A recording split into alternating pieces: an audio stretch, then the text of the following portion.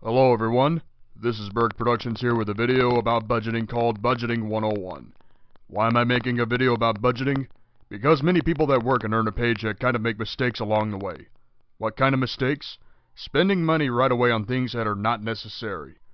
Electronics, tickets, whatever. You can call this video a generalization of how people handle their money. Considering the hard times America is facing, it would be wise for this man who had financial problems and made mistakes to teach those how not to fall into the same trap I fell. I didn't have anyone encouraging me to budget my money early in life, otherwise I would be a modest financial success. Being a financial success has a huge catch-22 and it requires a lot of sacrifice to make it. If you aren't willing to suffer just to save money in the beginning, you will be a financial failure and become a leech just like Sailor Moon Red 1 or Chris Chan. Or what about the middle-aged people that leech off their own children? They are the worst. So yes, you gotta be strong and learn how to say no when people want something. Sure, you may not be friends with those that are dependent financially in the end, but you'll have a lot more self-respect. Here we go. Let's take a look at the word budget. Budget, noun.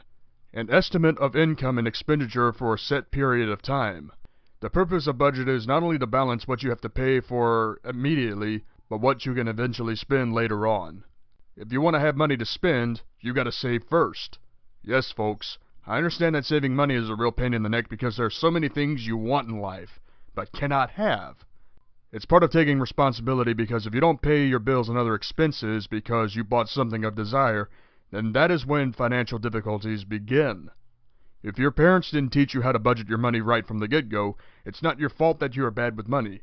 It's the parents' fault. So you want to save money to have things in life, retire, etc. Pay attention because this will save your life. For anyone that lives in a home with their parents, toxic or non-toxic, and don't pay rent, bills, but have a part-time job, this is important. Let's say you come home with a $100 paycheck after taxes weekly. The two things you must have in this kind of budget are PYF and grocery. What is PYF? Pay yourself first. Why should you pay yourself first? Because it's a guideline to truly saving money. You gotta have this in order to avoid going broke in the long run. Without this guideline, you will go broke and have nothing in the event of an emergency or won't have anything to retire with 50 years down the road. In the case of a weekly $100 paycheck, I suggest you save $40 in PYF and $20 in groceries. Some people may wait until they save $80 to $100 in groceries for themselves. Some people may wait until they save $200 before buying groceries. Then, if there is miscellaneous, you can either spend that money on what you want or just save it and let the miscellaneous build. What about a weekly $200 paycheck after taxes? I suggest you save $60 in PYF and $40 in groceries. Anything left over in miscellaneous, it's up to you. Budgeting comes easy that way. However, if you do drive and make a $200 paycheck weekly, then you gotta consider transportation in the budget. Unlike PYF and groceries, transportation is of course a variable part of budgeting rather than fixed. And that's one of those things you have to be careful in regards to. Of course with a car, you'll have a lot less in miscellaneous and will have to consider lowering your PYF part of the budget. Of course auto insurance is another factor in the budget. Now for those that live on their own and make paychecks bi-monthly, let's say you got paid $1,200 a week and got a paycheck for about $2,100 after taxes. Before you can get to the PYF, you gotta consider rent if you live in an apartment or trailer, or mortgage if you live in a house. Rent can always go up in America because of the ever-rising cost of bills and the services from the superintendent of the apartments. Rent can range from $600 to $1,000 a month on average, not counting government housing. So if you made $4,000 from 2 bi-monthly paychecks after taxes, $600 to $1,000 goes toward rent for the month. Then there is transportation, which is variable. Gas prices are unpredictable, so you need to watch the prices at the pump closely day by day. Then of course auto insurance can probably cost you $30 to $150 a month, depending on what insurance you have. So after that accordingly, you'll have perhaps less than $2,500 left. Then you gotta consider the water bill averaging $50 to $100 a month. Alright, so that leaves $2,400 left. Then you have the electric bill, which varies depending on whether and how much of it you use. The average electric bill in America in the cold months is $150 to $300 a month. In the summer months, the average electric bill is $200 to $400 a month. This actually depends on two things: Is your air conditioner window unit or central air? If it's central air, is the central air conditioner gas-powered or electric-powered? So during the winter and summer months, you might wind up with $2,000 left. If you grocery shop monthly, how much do you spend?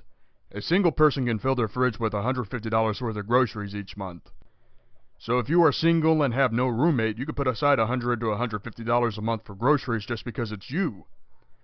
Alright, so that would be $1,850 left. But if you have a family to support, you probably have to put aside $400 a month for groceries, meaning that would leave you with $1,600 left.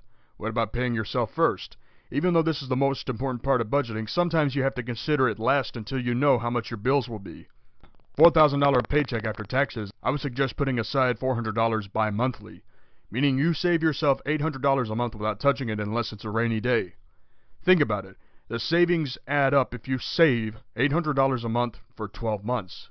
That would mean you paid yourself $9,600 out of the gross pay you get from your job of $57,600 a year. If you save enough miscellaneous to pay your income tax of $7,596.25, that means you did a very good job saving your money for the year. If you have a pay raise from your job, do not stop pinching pennies and keep saving. If you multiplied $40 times 4 weeks, that's $160 you saved for yourself. If you let the savings add up, you've saved $1,920 a year for yourself. That's progress even though you got a long way to go in terms of saving unless you find ways to be thrifty to survive. The catch-22 of budgeting is to take care of your needs first. Don't worry about your wants until the next several weeks after you get paid. That means you'll be suffering, but everyone has to suffer when they have a job to begin with. That's life.